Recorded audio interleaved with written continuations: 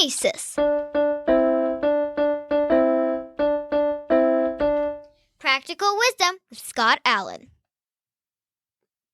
Hello, I am Scott Allen, and thanks to my daughter Kate for developing the intro to the Practical Wisdom for Leaders podcast, where we offer a smart, fast-paced discussion on all things leadership.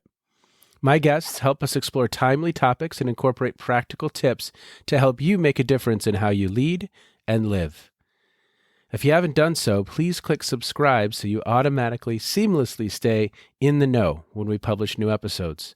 Likewise, please provide me with feedback. What do you like? What do you dislike? And what else would you like to know? And now, today's show. My guest today is Susan Komives. She is Professor Emerita from the University of Maryland.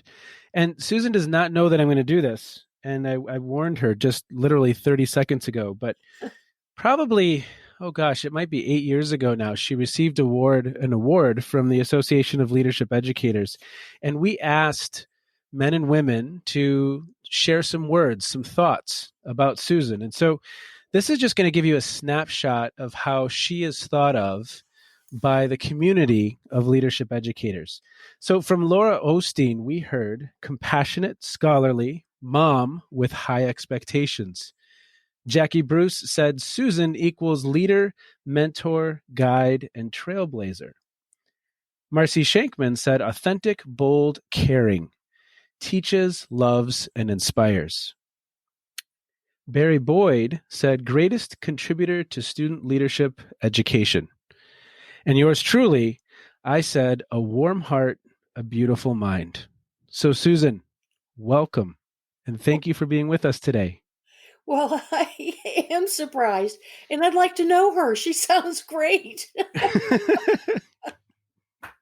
That was a lovely moment, and to have it's amazing what people could say that meant so much with just 4 words.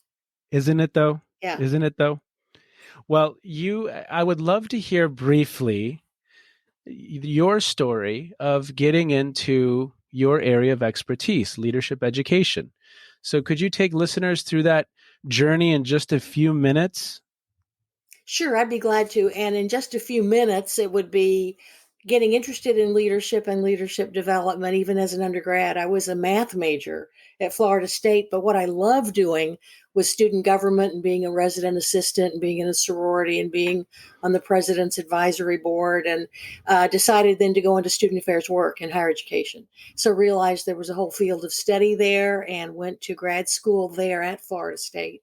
Didn't even know that I should look at other programs. I was a first generation student and therefore didn't know that when I got into one of the top ones in the country that I should have been really scared about that instead of expecting. But that my eyes just opened up to what higher education does in our country, what student affairs does to promote the worth and dignity of each student and help everyone develop to their fullest and to their capacity. And that so resonated with philosophies that I held about myself and my peers and what became my own students and my own colleagues. So that led to a career for 18 years in student affairs practice. So I was in several positions at both large and small colleges, University of Tennessee, Denison, Stevens College, University of Tampa, and was vice president for student affairs at 2 of those in those 18 years, and then followed a passion to go into grad faculty work and joined the faculty in 1987 at the University of Maryland. Along the way, I had been active in national associations. I became president of 2 of those. But the message was, while in practice, I started doing leadership courses. I started intentionally doing leadership development work with our students as well as us as staff. And then when I got to Maryland, one of my several research areas was leadership. It then became the only one. So it clearly and quickly became, in my 25 years at the University of Maryland, the primary area to advance. So we started in 1990 the National Clearinghouse for Leadership Programs. We started the National Leadership Symposium, Leadership Educator Institute. I started forming research teams on topics that we needed more scholarship on that resulted in things like the Leadership Identity Development Model. John Dugan was one of our doctoral students, and John and I started the multi-institutional study of leadership based on the social change model, which I had been on in the 90s. And so we just had a marvelous Camelot experience with bringing together remarkable leadership educators and people who wanted to do leadership work for college students in the collegiate setting. And of course, that also means just young adult leadership development and people leadership development, because college students don't just happen to be people; they're people who happen to be college students.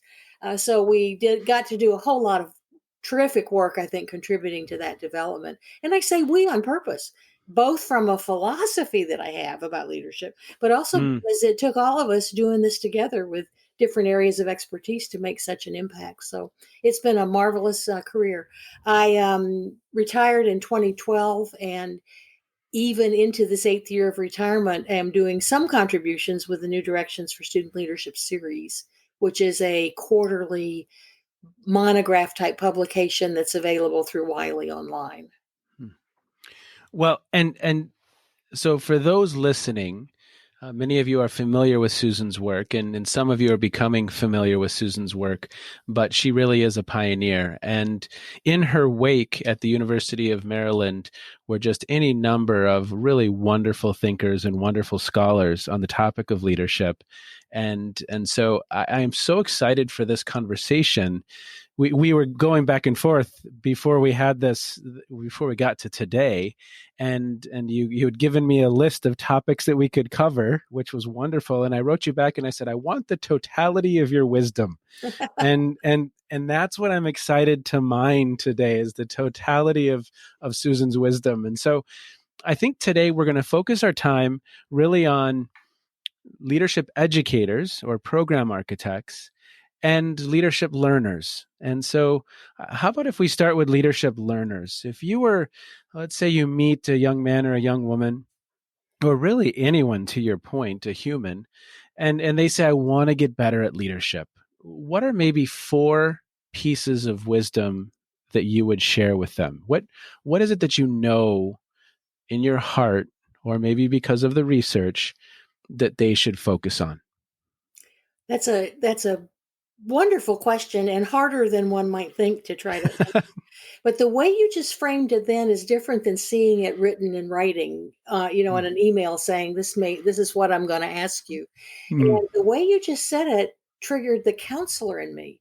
And for many years, of course, doing counseling with students and anything with students when you're one-to-one is a counseling kind of session. But it triggered in me that I would first want to get to know them better. And the key question I've probably learned to ask that guides and shapes anything I might say to that student is, tell me what you used to think leadership was, and what do you think it is now? And that question becomes an indicator of where their own developmental journey might be, where they may be in their perception of what leadership is, at least as their philosophies might uh, have framed it. And from that, we can build on how can they deepen and broaden that, and maybe how can I nudge them toward what I think might be more complex thinking if it doesn't happen to be where they are. So if a student says, well, I used to think leadership was being playground leader, and now I think it's when I'm in charge of a group and I'm up front, I've got to make sure everybody participates and we get something done. That, in our leadership identity development research, that says a lot to me about what they can hear right now and how I might have to work to nudge them to some broader thinking. Well, and I love that personalization. I have never thought of it that way, that I would want to get to know them better, build a relationship, but then I would also want to better understand where they are in their own conception of what leadership is. That's just beautiful, Susan. I don't think I would have thought to say that 20 years ago, even though 20 years ago in my 50s, I'd done a whole lot of leadership work. But the leadership identity development kind of process in our research showed that to be a developmental process, really helped me come to the realization that, first of all, we need to find out some approximation of where that student might be. And then secondly, that because it's developmental, where might we want to then take that? So I'm glad that that was a kind of a new thought for you too. I would then go on to, and I think probably anybody that you ask that question of would have to say that you've got to know yourself.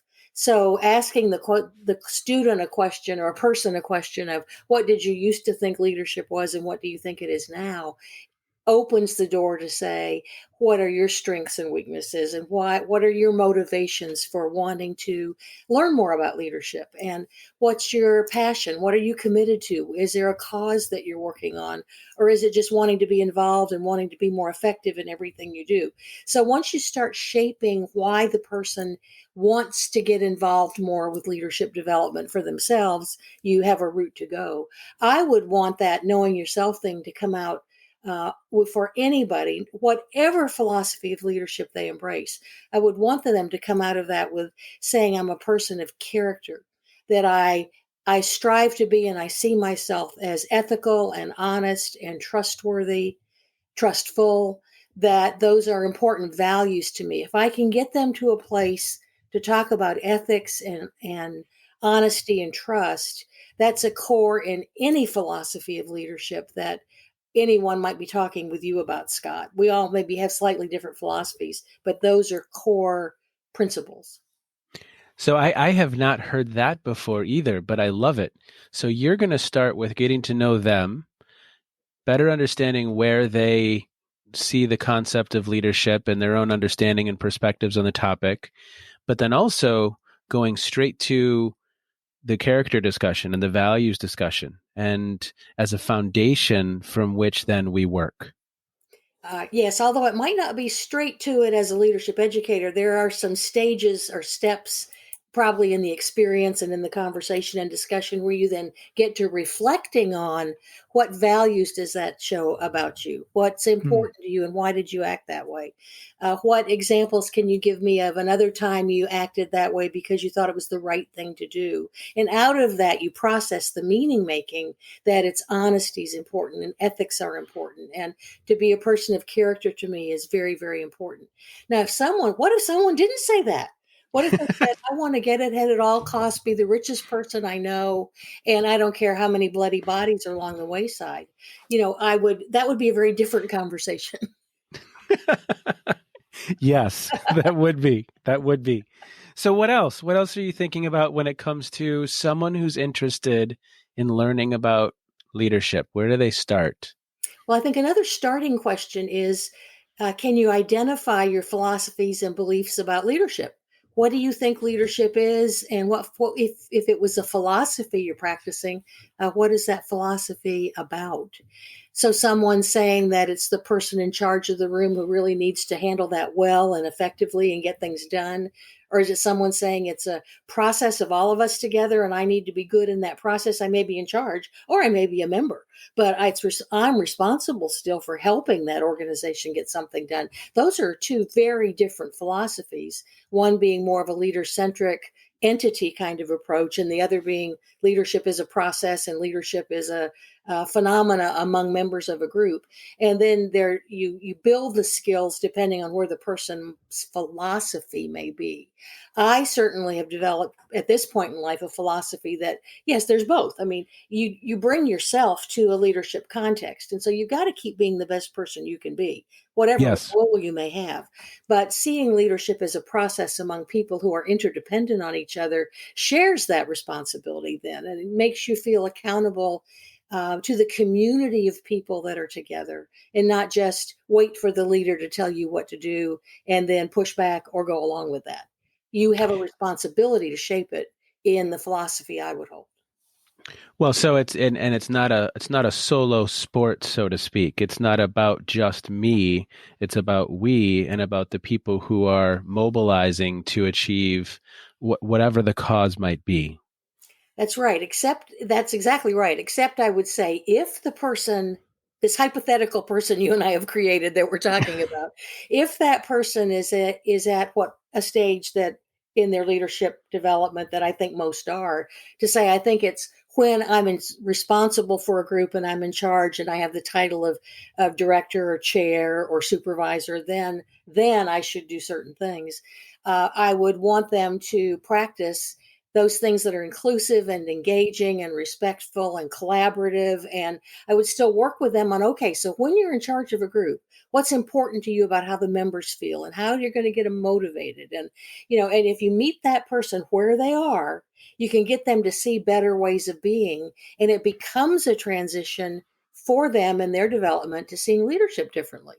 But at that point, they're still seeing it as I'm learning to be better in what I have to do. Eventually, you can make meaning with them and say, and do you see that leadership may be something else too? Brilliant. Brilliant. And what else comes to mind? What else? Take us a little bit further down the road now. Well, I probably signaled it by using the word inclusive. I think that anyone that wants to expand their abilities to be effective as a leader or work well with others needs to know how to be inclusive, needs to be able to observe it. Let's take a group setting, which is where leadership typically happens, but it needs to look around and say, who hasn't spoken yet?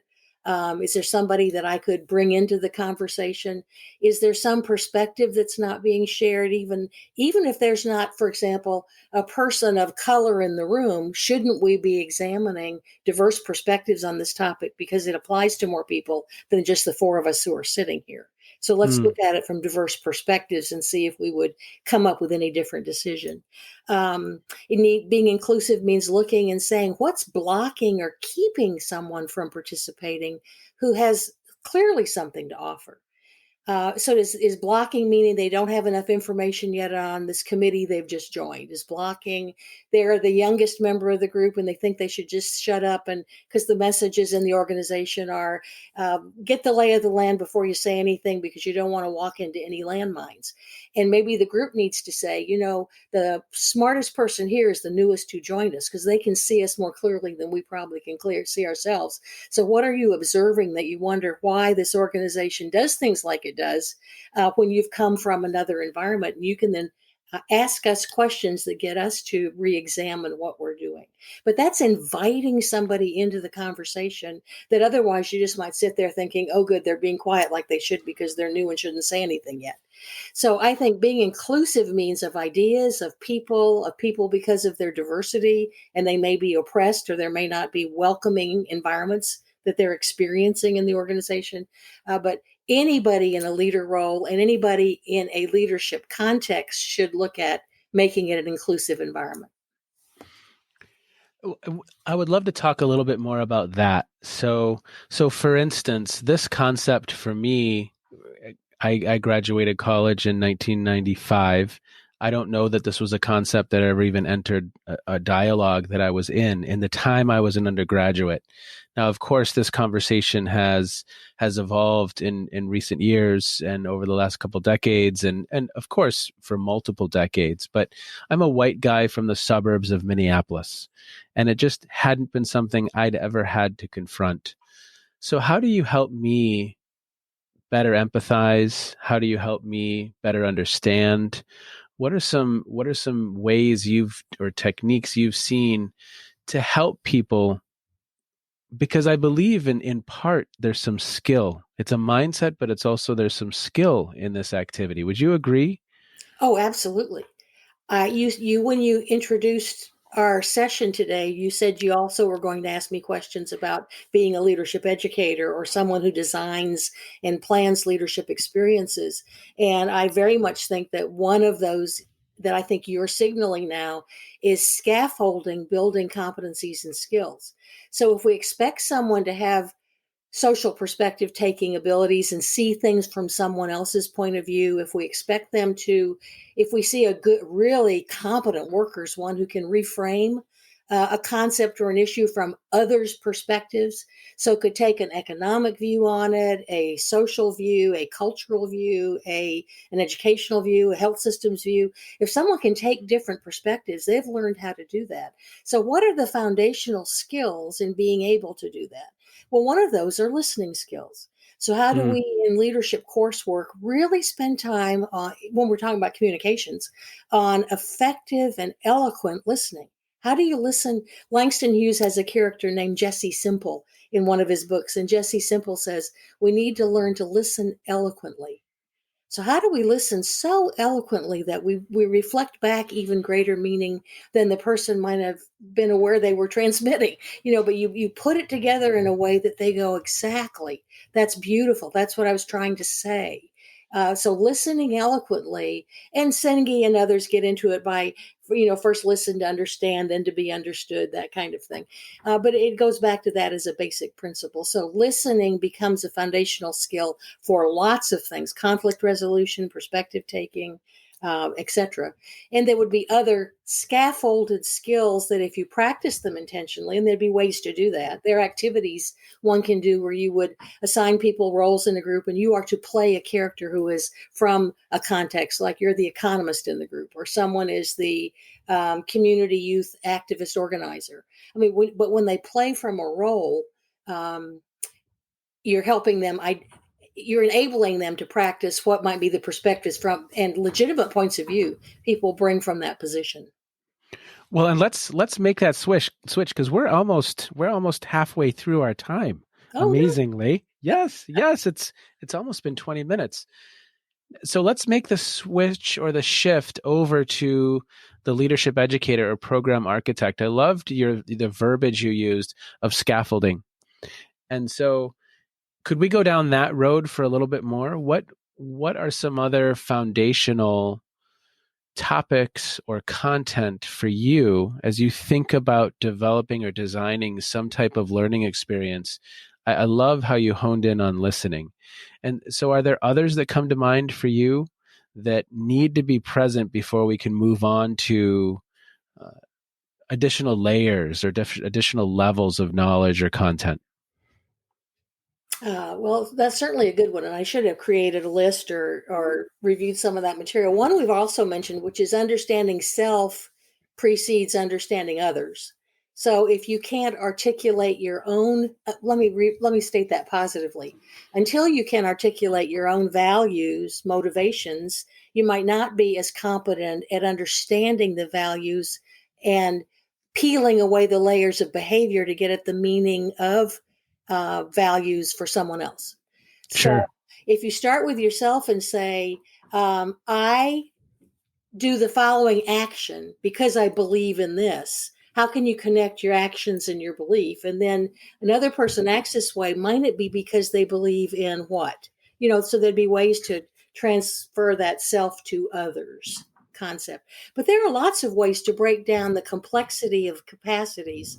Decision, when you think about things leaders and people involved in leadership bring in a group setting, decision making, and lots of skills like that what's foundational to being effective in decision making?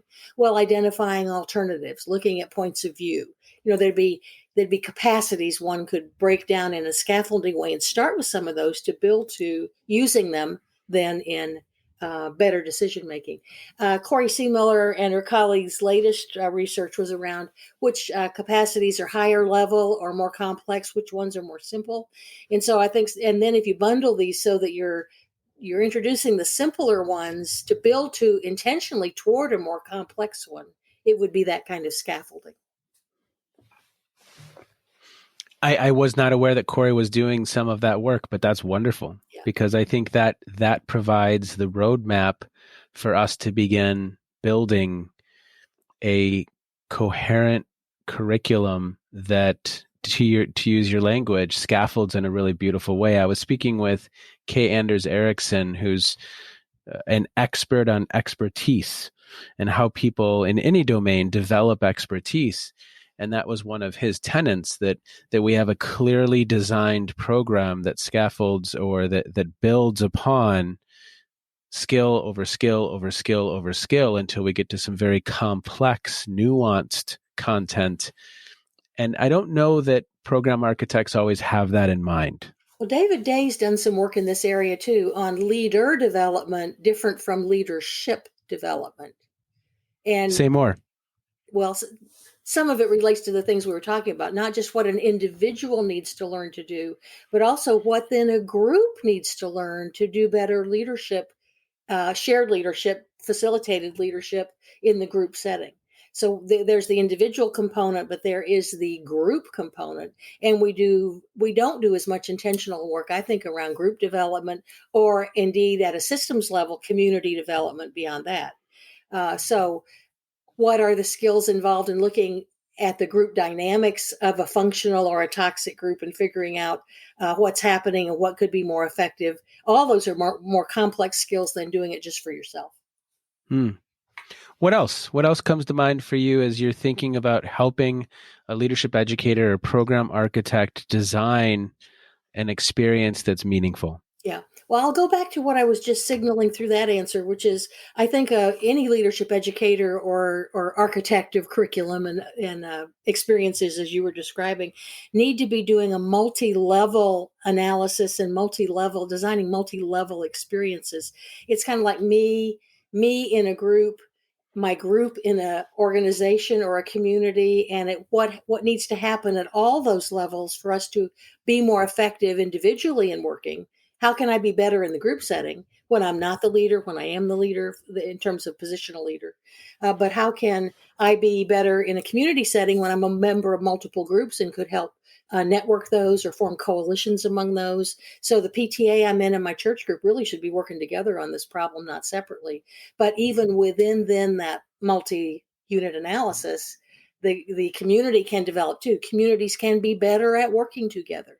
Higher education is a good example of that. Many of us work in the higher ed system, and yet we have silos of faculty, student affairs, advancement, budget and finance, IT, and some of those silos don't work together at all. And we need to find ways, and the student subculture is the same way.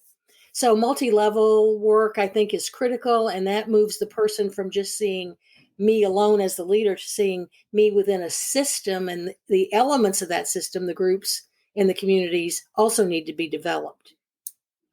Hmm. How long might this take? When we think about time, because I'm seeing series and series of courses, and of course there's undergraduate degrees that students can receive, and there's graduates and PhDs in the topic of leadership. Have you come across a curriculum in an academic institution that you think does what you just said in a really beautiful way? Have you come across that, Susan? I haven't examined curricula with that. That's a great question to ask people who have, like Matt Sauchek and some others who have looked at business curriculums or have looked at curriculums. But the places like the University of San Diego and Antioch, and there are places with doctoral studies in leadership, but most people aren't going to go get a doctorate in leadership. The Hmm. average person with their bachelor's degree in some major, business or whatever it is, are going to be engaging in their careers and professions. So I think a lot of that has to be ongoing professional development work. We need to be delivering this, and maybe Zoom coming into everybody's lives because of this quarantine. People will become comfortable doing online courses or online professional development. I don't think that it's hard. Once one decides to learn it, it's not hard to get the idea of we all function in a system. I'm part of embedded organizations that are embedded in each other. And if you hold the philosophy of leadership that I'm responsible for the ones that matter to me to make them effective, then you go into any of those with a bigger commitment to the community of that organization, to the processes they're using. You're willing to step up and do your part, and you get the group maybe looking at how we can be more effective together. So you take that philosophy with you and enact it. I'm not sure, and yes, I think it can be taught, but I'm not sure that most people are going to go through the learning of it. I think the one entity in our country, and I agree with Kellerman on this 100%. I don't agree with her 100% on everything, but I agree with Kellerman that the entity that's done the best job of intentional lifelong leadership development in our country is the military. And they've embedded a system of values and practices that support values. They have ongoing development that's scaffolded over all these layers. And I saw this when our son was in ROTC. So here he's now Lieutenant Colonel Jeffrey Komives with his PhD from Minnesota, by the way, in aerospace engineering. So this is our son, the rocket scientist. And his ROTC experience was phenomenal in how it took him from first year with certain skills that he learned up to junior year. We had responsibility for a group. They had 360 feedback. He actually got given written feedback on how he was doing as an officer. And that has continued now for his 20 years or so that he's been in the military.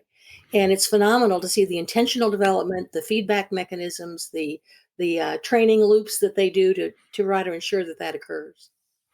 Well, and tell us a couple stories, even after his experience in ROTC. What did he share with you that resonated and caught your eye or caught your attention as far as what he was experiencing in the military? Because I agree with you. I think there's a well, again, it's scaffolded in a very, very nice way.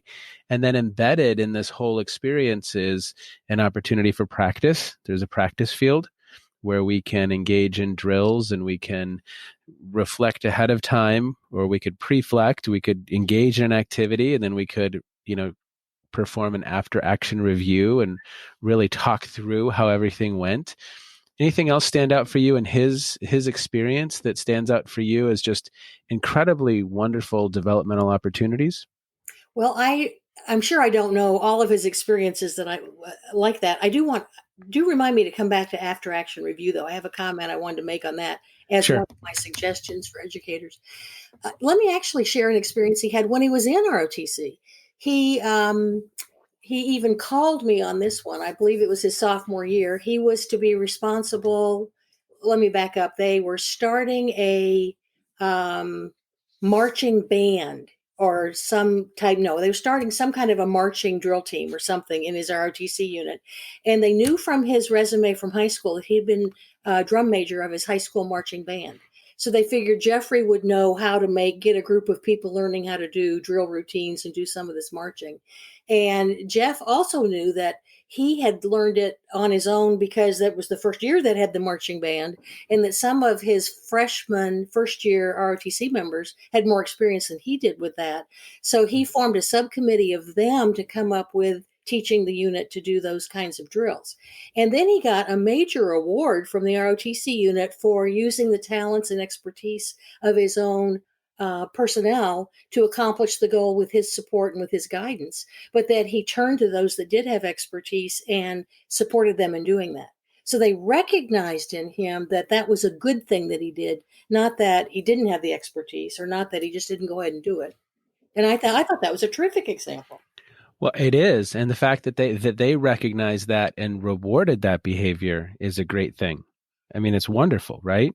Yes. And you wanted to go back to after action review. So what Yes, what and would you like to share there? term that often is associated with the military, but I really do want to encourage certainly that everything we do, small group work in our training activities, internship, service learning, all of that obviously we know needs reflection. Everybody needs to reflect on that. But it's very different to just reflect and to reflect with the target outcome of leadership development or leadership practice.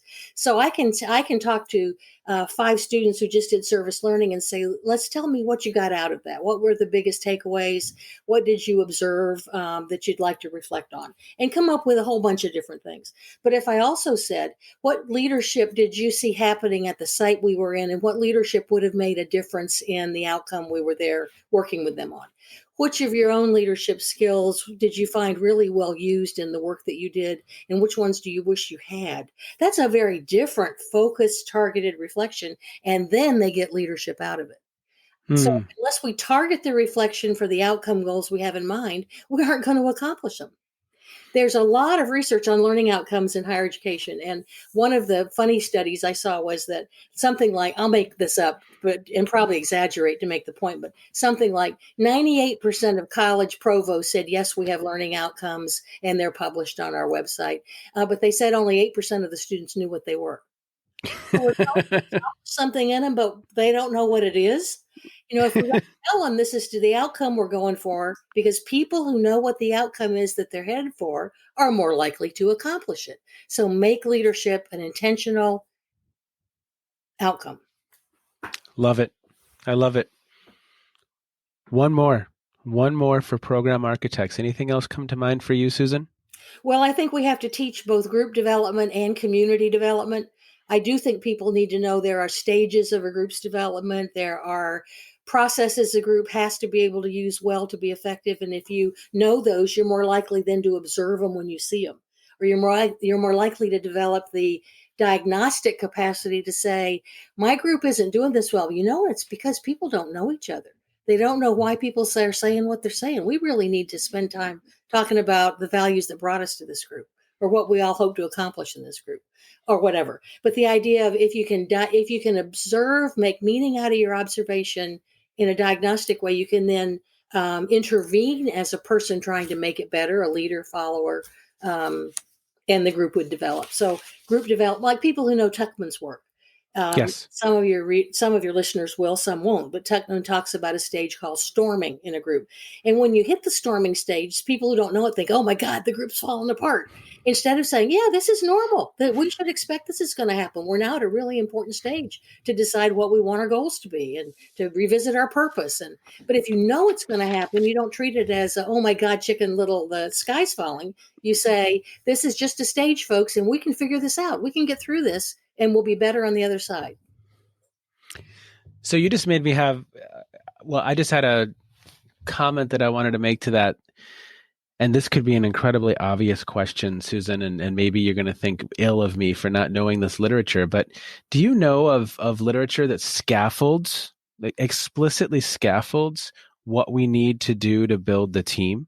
So in the same way we were discussing the importance of listening, so to speak, or the same way you said, well, one of the first things I do is I get to know the individual, I get to know the person, and I try to better understand how they're framing.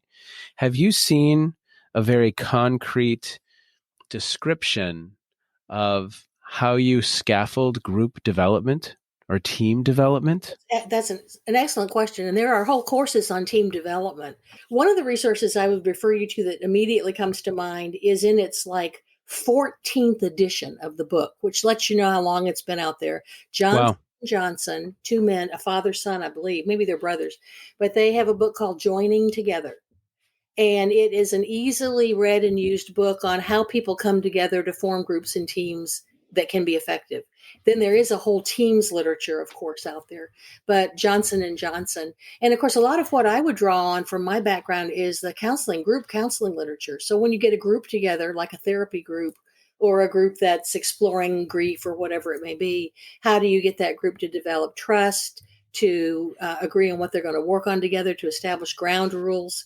And it's I think you've really hit on something. When I do a lot of consulting these days, one of the things I encourage people to do is in orientation courses, let's teach first year students how to do good group work.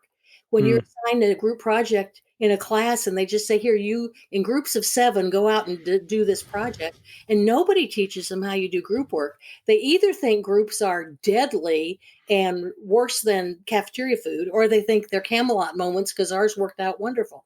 And so we really need to teach group work to first year students so that we have successes in class assignments and not disasters, or not left up to serendipity on whether they work or not. So you're not alone in needing that information, but we need to make it more accessible. We need to do it and teach students how to do it early in college. Well, and it's a life skill, right? If we can build that at the collegiate level or even before then, but if we can build that skill at that point, I mean, that's something that's never going to go away. If whatever they choose to do over the course of their career, building a team and knowing some of the foundational elements that need to be in place for us to now take the team to the next level, I think to your point, yes. I mean, that's a life skill. Yes. It's wonderful. Susan, we are close on time. Is there anything else that you had in your mind about advice that you'd share with a program architect? No, I think I would be repeating if I went back and said anything, but I like the concept of community. So if I were to be emphasizing anything, it would be to teach people how to create communities around them any place they may go. And in a community, people care about you, you know each other, there's no fear, there is trust operating. And if we can create a feeling of community in any organization that we're in, that we have a responsibility for each other, we care about each other, let's make this work together, then we will have successful groups. So think of it as community building within a group. Oh, that's beautiful. That's so well said. We always close out, Susan, with a little bit of a lightning round. And so I have 3 or 4 questions for you that You can just answer quickly. So, what are you streaming right now? Are you watching anything of note that makes you think of leadership or just something that you've been enjoying in general? Well, I'll be honest with you because we're into my streaming heaven these days, aren't we?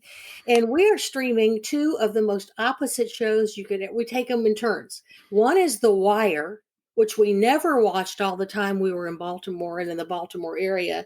And I can only take it for so long, but boy, the leadership lessons and the bad leadership that's happening and from the police as well as city councils and then into the community and the drug dealers and just phenomenal. And then I flip over to the Great English Baking Show, where it's a gentle culture where the music is nice. They support each other. If your cake drops on the floor, someone else is rushing over to help you pick it up. So we can all do well instead of me just win. So I'm watching The Wire and the Great English Baking Show. Great American. You were you British. preface that you preface that beautifully. That is two very different sides of the spectrum. Any podcasts that you're listening to right now? I don't tend to listen to podcasts. I am listening to the Student Leadership Program's Knowledge Community podcast with John Mark Day, partly because we just did one last Wednesday. Matt Sauchek and I edited the New Directions for Student Leadership issue on how academic disciplines approach leadership development. That issue just came out, and we were the guests on that podcast, but I have caught up and listened to several others. But on a regular basis, I don't tend to do podcasts. Well, and what are you reading right now? Has anything come across your desk that you just can't put down? I'm going to stumble on this one because I got into it and put it down, and I just finished Becoming, Michelle Obama's book. Oh, I loved it all the way through and then didn't get into the fine last chapter or two. So I have finished that, but a marvelous book. Well, and anything from an academic standpoint, any leadership books that stand out for you that have come across your desk in recent years? Well, I just ordered Julie Owen's new book on We Are the Leaders We've Been Waiting For, and I listened to the webinar with Julie and some of her colleagues on that book. So I'm looking forward to that arriving. Is that not the best title of a book? Yeah, it's great. I just love that title. I'm looking forward to reading that one as well, for sure. So I always ask our guests, is there something that from a personal growth standpoint you're working on right now? Every one of us are works in process. Is there something that you're working on that you'd be willing to share? Well, it's interesting in a Maslow hierarchy way. I feel like I've done a whiplash up the pyramid and back down again. So after a wonderful career, I was so enriched and so blessed to have all the things happen I did all the way up to these self-actualization phases. I'm now back down to level 1, not just because of the quarantine, but like I had to delay surgery for a cataract and for a bad hip. And so physically, I'm going into this aging process where I'm the youngest of the old people. I'm 74 last week. So I know that I'm older, but I'm not old. But the physical stuff is coming in to hit in a way that it hasn't until now.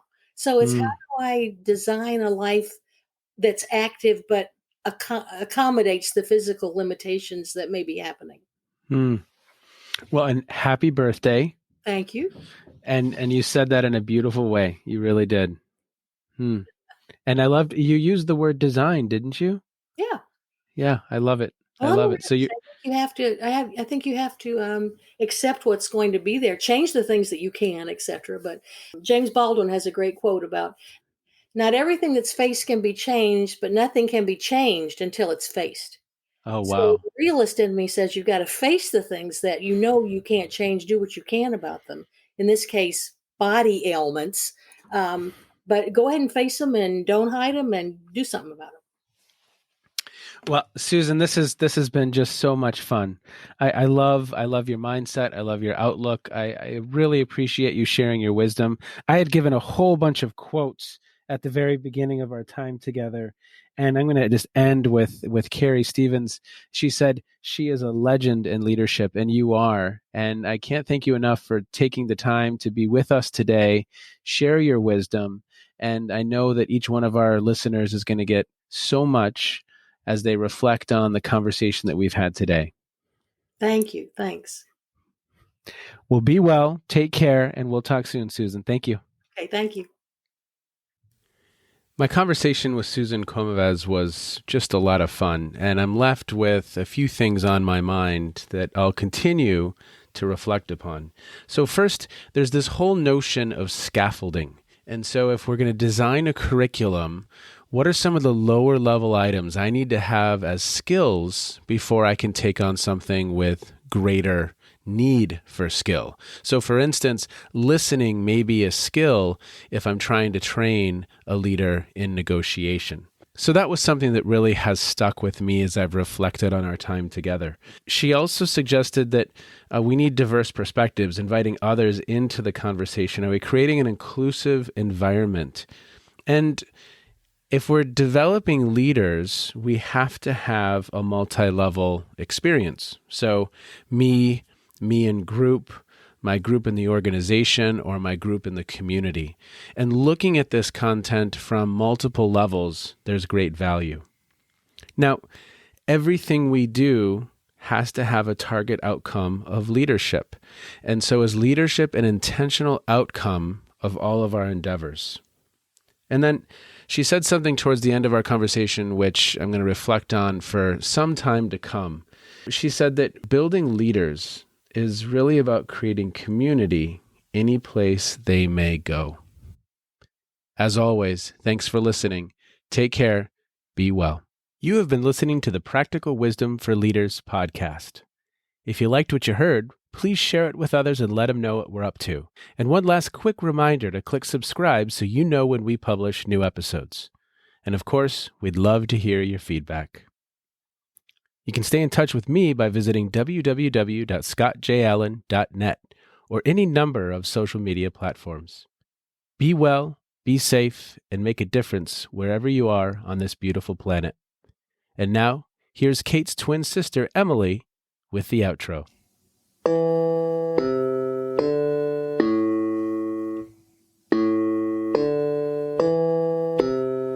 You've been listening to Phronesis, Practical Wisdom with Scott Allen.